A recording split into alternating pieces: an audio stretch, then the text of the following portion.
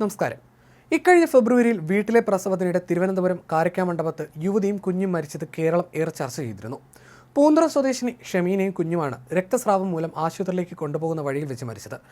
വീട്ടിൽ വെച്ച് പ്രസവം എടുക്കുക എന്നത് വീട്ടുകാരുടെ തീരുമാനമായിരുന്നു. പക്ഷേ അതിൽ നഷ്ടമായതാകട്ടെ 2 ജീവനുകളും. ഈ സംഭവം വിവാദമായതോടെ വീട്ടിലെ പ്രസവത്തിനെതിരെ സോഷ്യൽ മീഡിയയിലടക്കം വലിയ ക്യാമ്പയിൻ ഉയർന്നിരുന്നു. അത് അങ്ങേയറ്റം അപകടകരമാണെന്നും പ്രമുഖ ഡോക്ടർമാർ അഭിപ്രായപ്പെടുകയുണ്ടായി.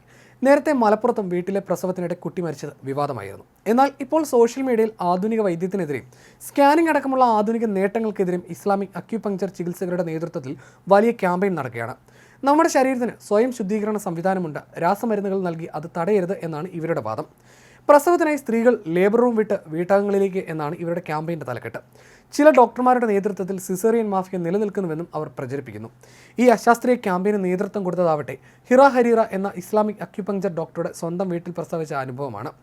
അവരുടെ ഫേസ്ബുക്ക് പോസ്റ്റിലെ ചില പ്രസക്ത ഭാഗങ്ങൾ ഇങ്ങനെയാണ്. എനിക്ക് 2ാമത്തെ ഗർഭം 9 മാസവും 12ാം ദിവസവും തികഞ്ഞിരിക്കെ രാവിലെ എണീറ്റപ്പോൾ തന്നെ ചെറുതായ ലക്ഷണം തോന്നി. പ്രസവം ഇന്നുണ്ടാകുമെന്ന തോന്നൽ, വേദന വരാൻ കാത്തിരുന്ന എൻ്റെ മനസ്സിൽ യാതൊരു ബേജാറും ഇല്ലായിരുന്നു. പ്രസവിക്കാൻ പോകുന്നു എന്ന വല്ലാത്തൊരു സന്തോഷവും സമാധാനവും മാത്രം. ഞങ്ങളുടെ കുഞ്ഞു വിരുന്നുകാരനെ അല്ലെങ്കിൽ വിരുന്നുകാരിയെ വരവേൽക്കാനുള്ള ആകാംക്ഷയായിരുന്നു. വളരെ കുറഞ്ഞ സമയം കൊണ്ട് വളരെ എളുപ്പത്തിലായിരുന്നു എൻ്റെ പ്രസവം. ബ്രീച്ച് പൊസിഷനിൽ കുഞ്ഞിക്കാലുകളാണ് ആദ്യം പുറത്തു വന്നത്. അപ്പോൾ തന്നെ ഒറ്റ സെക്കൻഡിനുള്ളിൽ വളരെ സുഗമമായി കുട്ടി മുഴുവനായി പുറത്തേക്ക് വന്നു. വേദനയുടെ കാഠിന്യത്തിനുമപ്പുറം എത്ര സുഖമുള്ള അനുഭവം, സുഖപ്രസവം. അത്രത്തോളം ഓരോ നിമിഷവും ആസ്വദിച്ച് അനുഭവിച്ച എൻ്റെ ജീവിതത്തിലെ ഒരു മുഹൂർത്തം.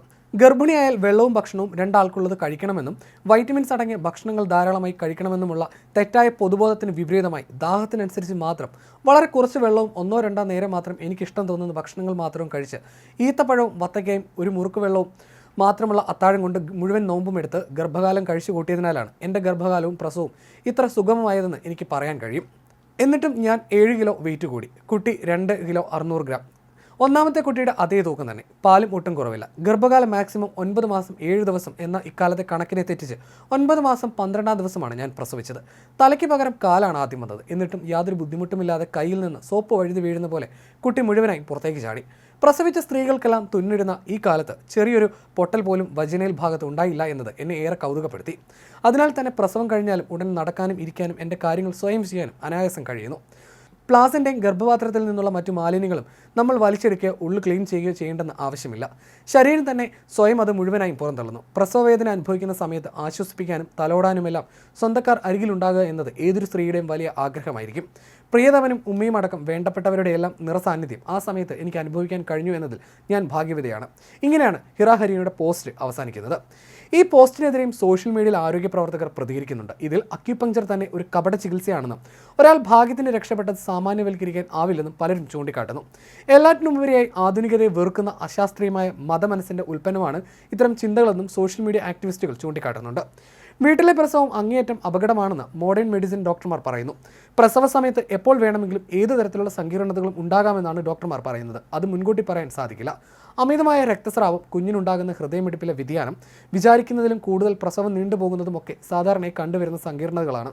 ഇവയൊക്കെ കണ്ടുപിടിക്കാനുള്ള സംവിധാനങ്ങളും ഉപകരണങ്ങളും ഇത്തരത്തിലുള്ള സാഹചര്യങ്ങൾ കൈകാര്യം ചെയ്യാൻ നൈപുണ്യം നേടിയവരും ഉണ്ടെങ്കിൽ മാത്രമേ അമ്മയ്ക്കും കുഞ്ഞിനും അപകടഘട്ടം തരണം ചെയ്യാൻ സാധിക്കുകയുള്ളൂ. വീട്ടിൽ പ്രസവിക്കുന്ന ഒരു സ്ത്രീക്ക് ഇത്തരത്തിലുള്ള ഒരു ശുശ്രൂഷ കിട്ടില്ല എന്നത് നമുക്ക് ഊഹിക്കാവുന്ന കാര്യമാണല്ലോ. തികച്ചും അപ്രതീക്ഷിതമായിട്ടാവും രക്തസ്രാവം തുടങ്ങുന്നത്. വീട്ടിൽ നിന്ന് ആശുപത്രിയിൽ എത്തുമ്പോഴേക്കും അമ്മയുടെ രക്തമെല്ലാം വാർന്നൊഴുകി ജീവന് തന്നെ അപകടവും സംഭവിച്ചേക്കാം.